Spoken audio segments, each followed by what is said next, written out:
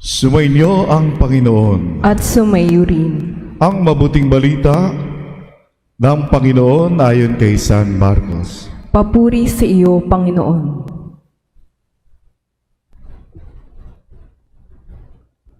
Ito ang mabuting balita tungkol kay Jesucristo na anak ng Diyos. Nagsimula ito nung matupad ang hula ni Propeta Isaías. Narito ang sugo ko na aking ipadadalang mauna sa inyo. Ihanda niya ang inyong daraanan. Ito ang sabi ng isang sumisigaw sa ilang. Ihanda ninyo ang daraanan ng Panginoon. Tuwirin ninyo ang kanyang mga landas. At dumating nga sa ilang si Juan, nagbibinyag at nangangaral. Sinabi niya sa mga tao, pagsisihan ninyo, talikdan ang inyong mga kasalanan, at pabinyag kayo upang kayo'y patawarin ng Diyos. Halos lahat ng taga-Judea at taga-Jerusalem ay pumunta kay Juan upang makinig. Ipinahayag nila ang kanilang mga kasalanan at sila'y bininyagan niya sa ilog Jordan. Hinabing balahibo ng kamelyo ang damit ni Juan at balat ng kanyang pabikis. Ang kanya namang pagkain, balang at pulot-pukyutan. Lagi niyang sinasabi sa kanyang pangangaral, darating na kasunod ko ang isang makapangyarihan kaysa akin, at hindi ako karapat-dapat magkalag ng tali ng kanyang mga panyapak. Binibinyagan ko kayo sa tubig, ngunit bibinyagan niya kayo sa Espiritu Santo. Mga kapatid, ang mabuting balita ng Panginoon. Pinupuri ka namin, Panginoong Hesukristo. Halos lahat sa atin, kung hindi man lahat, di halos lahat, especially sa mga older, halos lahat sa atin ay naka-experience na ng misery, crisis, or kapighatian sa buhay, kadiliman ng ating buhay, disappointments. O lahat tayo ay humarap na sa krisis. Kahit ngayon, sa kasalukuyan nating panahon, tayo humaharap ng malaking pagsubok sa ating buhay. At pwede natin ito mahilintulad sa isang madilim na lugar o isang bangungot, kung tatawagin natin. Pero meron tayong common term. Sa Filipino, ang tawag nito ay kamalasan. Kamalasan ng buhay. So, yun ang ating pinaka-common term. Kung natanggal sa trabaho, minalas ako sa buhay. Kung hindi nakapagtapos sa pag-aaral, minalas ako sa buhay. Kung ikaw ay mangingisda ng huli o wala kang huli, malas sa aking araw ngayon. So, ito yung ating hinaharap o na-experience na. O minsan naman, tayo ay naka-experience ng discouragements and disappointments. At nagbunga ito ng kalungkutan at kapighatian sa ating buhay. At yung ating pagninilayan rin sa ating panahon ngayon o sa ating palibot, mapapabuntong hininga ka na lang sa krisis na ating hinaharap, sa sitwasyon na ating hinahanap. Ang ating mga katanungan, kailan ba ito matatapos? Kailan ba ako makakalabas? Kailan ako makakaahon? Hindi lamang ang presidente ang hahanapin natin minsan, hindi lamang ang vice president o ang mayor o sino man. Minsan hinahanap rin natin, nasaan ba ang Diyos sa oras o sa ating kapighatian? At tila ba parang nakalimutan tayo? Pero sa totoo, hindi po tayo nakalimutan ng Diyos. At kailanman hindi tayo kalilimutan ng Diyos at pababayaan ng Diyos. Sa linggong ito yung ating pagninilayan o isa sa mga tema na ating pwedeng mapanghawakan. Na ang Diyos ay hindi nakakalimot at hindi nagpapabaya sa ating lahat. Sabi nga ng kanta, kakantahin ko pa ba? Huwag na lang, no? Kasi sabi ni Atong, huwag na lang kantahin, baka makaroon pa ng issue ng copyright. Sabi ng kanta, nang may bukas pa, huwag mong damdamin ang iyong kasawian, may bukas pa sa iyong buhay. Sisikat din ang iyong araw, ang landas mo ay mag-iilaw. Dugtong pa doon, sa daigdig, ang buhay ay ganyan, mayroong ligaya at lumbay, maghintay at may nakalaang bukas. Yan ang lyrics niyo. At yung kanta na yan ay hindi yan nalalayo sa ating mga pagbasa sa araw na ito.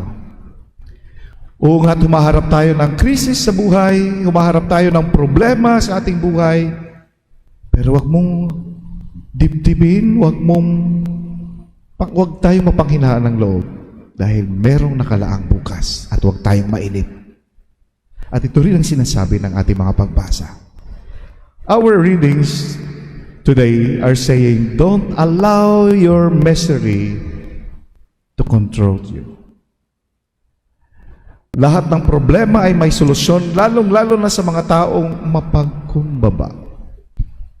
Lahat ng problema ay may solusyon kung lahat tayo ay mapagkumbaba.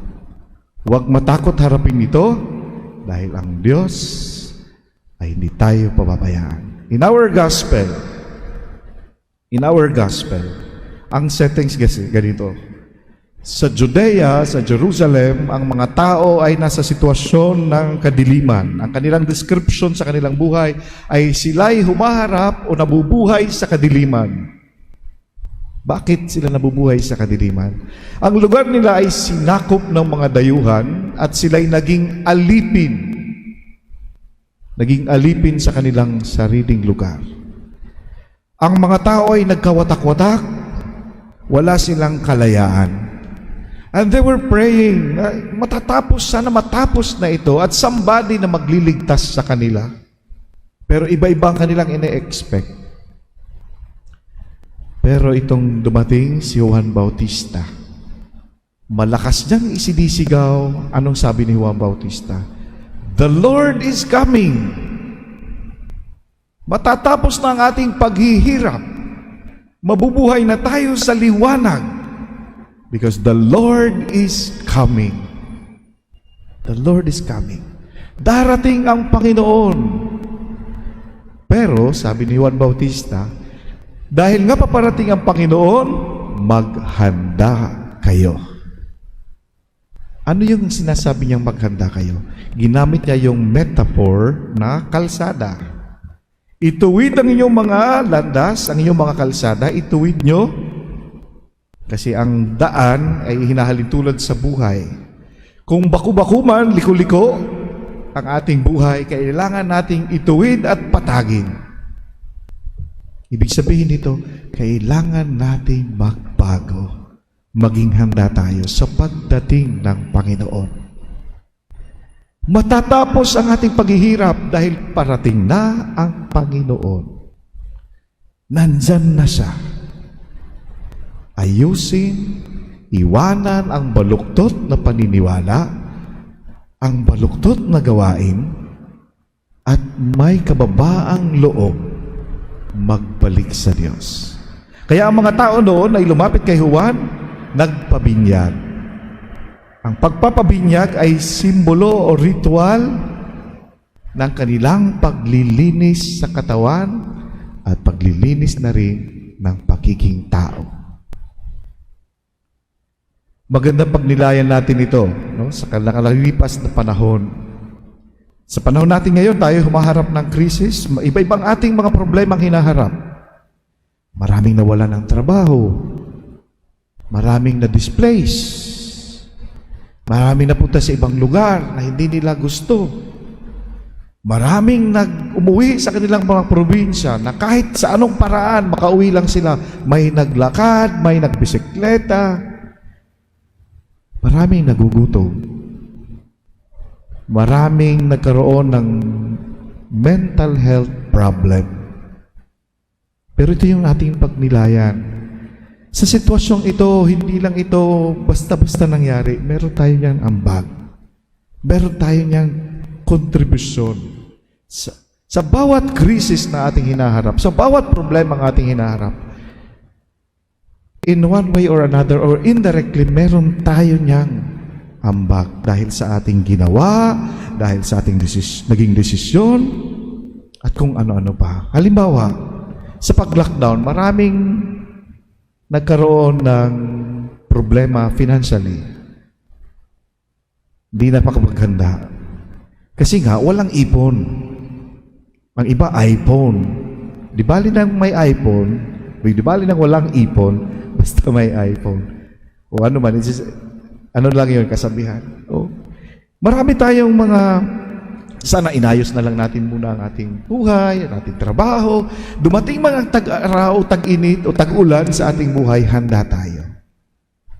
At marami pang bagay na ating mga baluktot na desisyon, baluktot na mga gawain at paniniwala na pwede nating baguhin. Hindi pa naman huli ang lahat. It's about time to straight our path. Ayusin natin ang ating buhay. May chance pa. Ganito rin ang sinasabi ng ikalawang pagbasa. Anong unang pagbasa? Si Propeta Isaías, binibigyan niya ng comfort ang kanyang mga kababayan. Kasi at that time, na-exile sila. No? Na-exile. Napalayas sila sa kanilang lugar. Sinakop ang kanilang lugar. At sila'y napalayas. Sa pagpalayas sa kanila, tulad rin ng ibang sa ating gospel, sila rin ay naging dayuhan, naging slave, nahirapan sa buhay sa kanilang pagka-displace. Pero si Propeta Isaías ay pinapahatid niya ang mensahe ng Diyos. Anong sinasabi ni Propeta Isaías? Kasi alam niya kanyang mga kababayan ay nahihirapan. Sabi niya, huwag kayong sumuko sa iyong problema. Dahil darating na ang Diyos, maghanda kayo, darating na ang Diyos upang iahon tayo sa kadiliman. Darating ang Diyos na para siyang isang pastol. Isa siyang shepherd, a good shepherd. At ilang beses na natin yan narinig sa ating gospel, sa ating mga pagbasa. Anong klaseng pastol ang ating Panginoon? Kung may nagugutom, pakakainin. Kung kailangan ng kapahingahan, papapahingahin. Hindi niya papahirapan. Iipunin ng Diyos ang mga nagkakawatak-watak. Pagagalingin ng Diyos ang mga may sakit.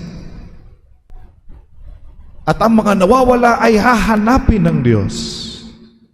Ang nahihirapan sa buhay ay paggagaanin ang kanilang pakiramdam. Ito yung mensahe ng Diyos na pinarating ni Propeta Isaías sa kanyang mga kababayan. Matatapos ang problema. Ang ikalawang pagbasa naman, anong sinasabi dito?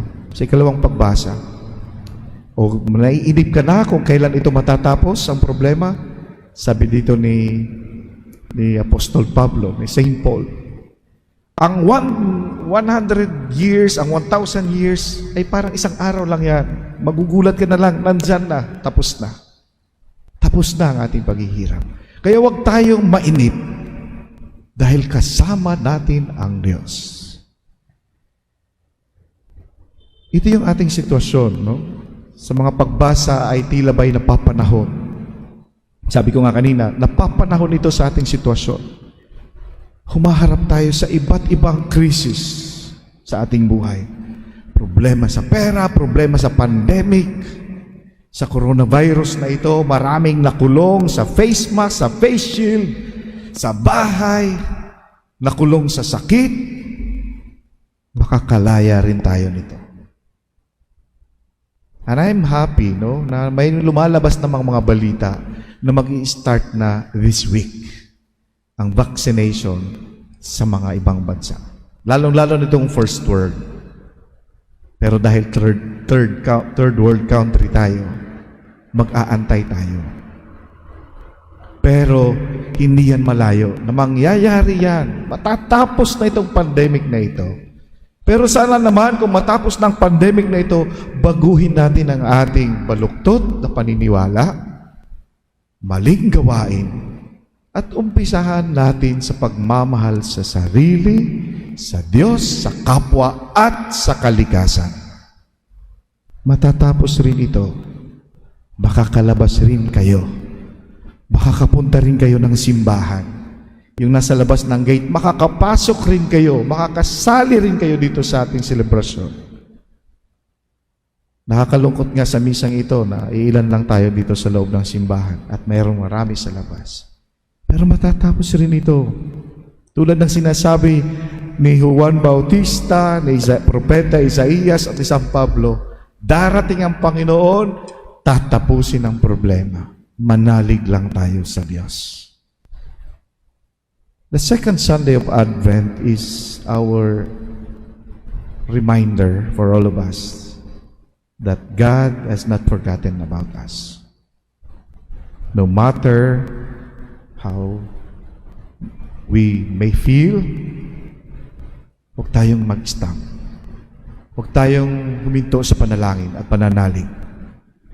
At lagi nating isipin na ang Diyos, kahit sa sitwasyon na ito na ating hinaharap, ang Diyos ay ginagabayan tayo para sa mas maliwanag na buhay, mas masaganang buhay, at buhay na walang hanggan.